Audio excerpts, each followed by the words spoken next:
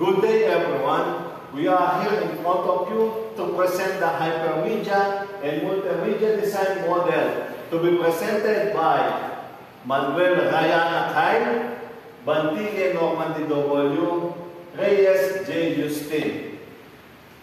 In this video, we will discussing the Hypermedia and Multimedia Design Model and the relative advantages in using these technologies to make our study simpler. Let's begin. Hypermedia and Multimedia Design Model are essential frameworks for creating interactive, user-centered systems. These models guide the design development and implementation of content-rich applications that integrate various media formats.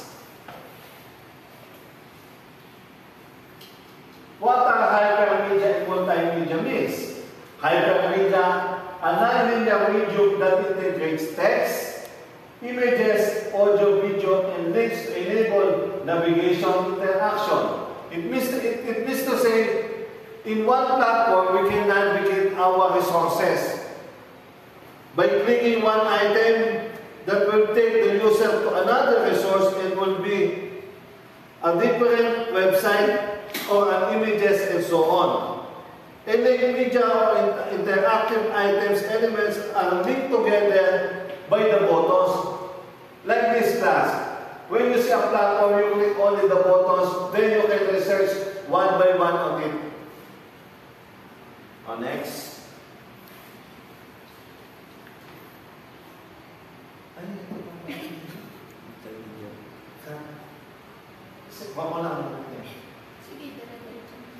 May mga characteristics pa po yung hypermedia katulad halimbawa ng learner's control. Tayo mismo yung kumukontrol dito sa hypermedia kasi ando lahat ng mga buttons natin pwedeng puntahan. Ang good example ng hypermedia yung mga website, worldwide website. Makakapunta tayo sa mga ibang resources. Halimbawa, ano-ano ba yung mga characteristics ng hypermedia? Ayun yung learner's control, tapos learner wide range of navigation, tapos variety media. Halimbawa ng mga variety media, yung multimedia encyclopedia o yung mga Encarta.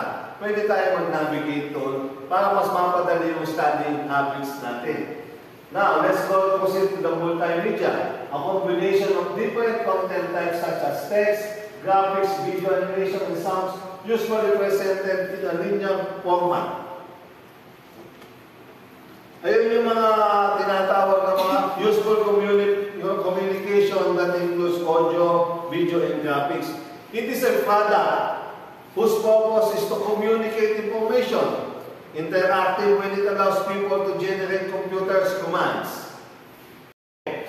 May mga hypermedia and multimedia, may mga key design principles siya. Number one, user-centered design. Focus on usability and user experience.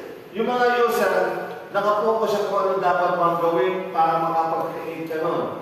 Tapos number two, may consistency siya. Maintain uniform design elements throughout the application. Number three, accessibility. Ensure content is accessible to diverse users. Yung para bang pinapasimple lang natin ang paggamay nung sa user, pero hindi talaga siya, madali siya gamitin. At the same time, number four, interactivity, promote user engagement through interactive elements. Scalability, design for future expansion and updates. Ito naman kasi, na-revise, nababago. Hanggang sa na-level up natin, na-high level natin sa end user, na mas mapapaganda pa.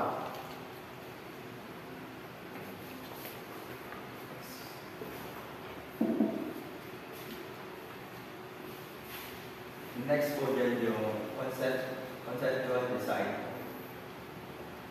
Define the structure, content, and relationships. Ayan daw po yung kung saan pinaplano yung structure ng nilalaman ng relasyon ng different parts ng isang app or website. Halimbawa po yan yung mga features ng isang food delivery tulad ng menu, add to cart, at order history. Next po is logical design. Map out the navigation, and interaction spots. Ayan, yan naman daw po. Dinuguhitan yung flowchart kung paano ba nila mananavigate ng isang user yung isang app or website. Kung paano ba nila to gagamitin. Next, implementation design. Develop the technical framework and interface. Ito naman daw kung implementation design. Yan naman daw po papasok yung coding at technical side ng project, pati na rin yung pag-design ng isang interface ng isang app or website. Next was evaluation. Test for usability, functionality, and user satisfaction. Ito naman daw po yung testing phase para ma-check kung gumagana ba ng maayos yung isang app or website.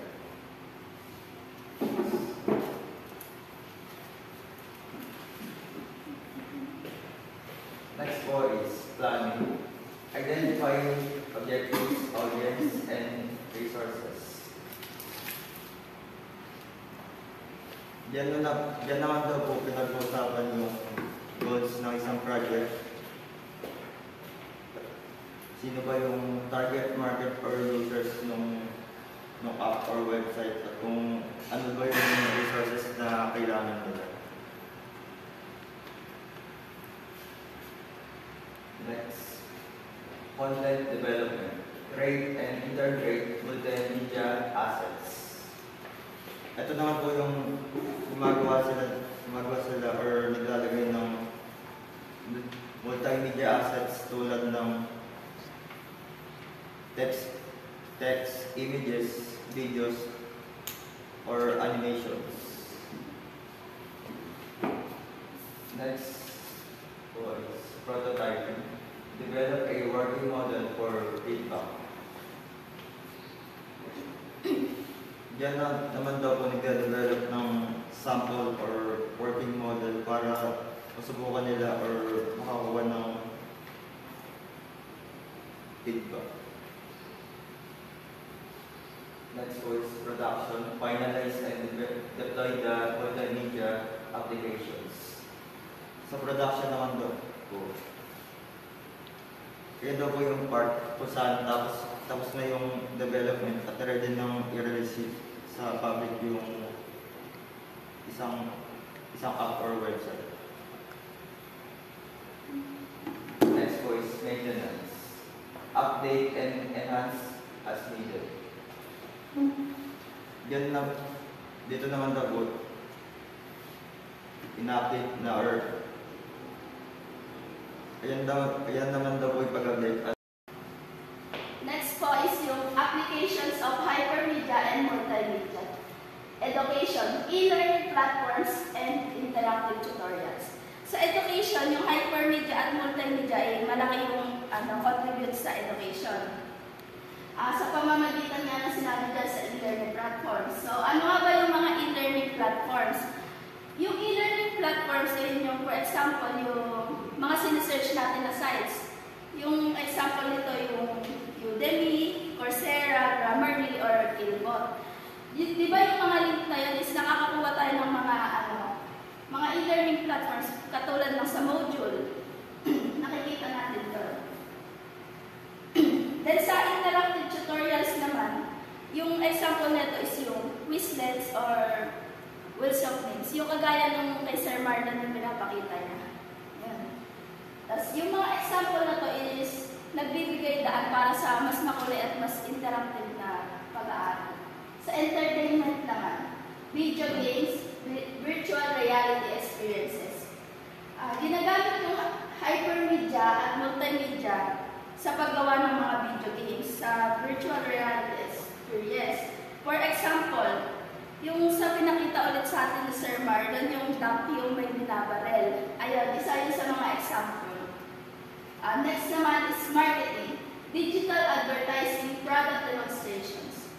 Sa marketing naman, yung hypermedia at multimedia, ginagamit nila para sa digital advertising nila. Example dito, yung email marketing, social marketing, yung mga pinopromote ng mga vlogger. Ayan, isa yun sa mga example. Yung sa healthcare naman, patient education with virtual simulations. Yung sa patient education, ano yan? Yung, for example, yung app na may calendar. Yung app kasi na may calendar, ano siya, appropriate siya for women and pregnant women. Yung mga women's lang yung gumagamit nun kasi kunyari, gusto nilang matrack yung pregnancy nila, gusto nilang matrack yung period nila, ayan, ganun yan. Tapos sa virtual simulations naman, ano yan, madalas yan ginagamit ng mga nursing students. Kasi sa virtual sila nag-aaral.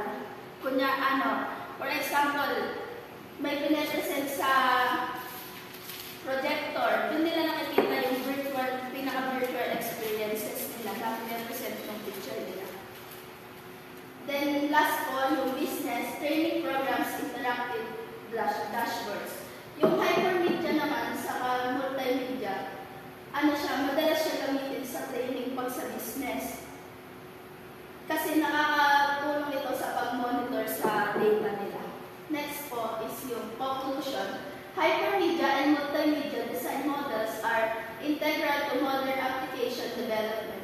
By leveraging these frameworks, designers can create engaging, interactive, and user-focused systems that cater to a wide range of needs and industries. Sabi nga niya sa conclusion, yung hypermedia and multimedia is mahalagang bahagi ng paggawa ng mga latest na technology. Sa pamamagitan ng hypermedia sa multimedia design models, nagagawa nilang lumikha ng mga interactive na bagay. Tulad na lamang sa pag-aaral, mas makulay at mas maganda yung pag-aaral. Saka pinapaganda nito yung mga karanasan. For example, yung sinabi ko kanina na virtual simulations, yung para sa mga nursing students. Ayun, nakakatulong siya. Kaya mahalagang bahagi yung hypermedia and multimedia sa industry natin. Thank you for listening.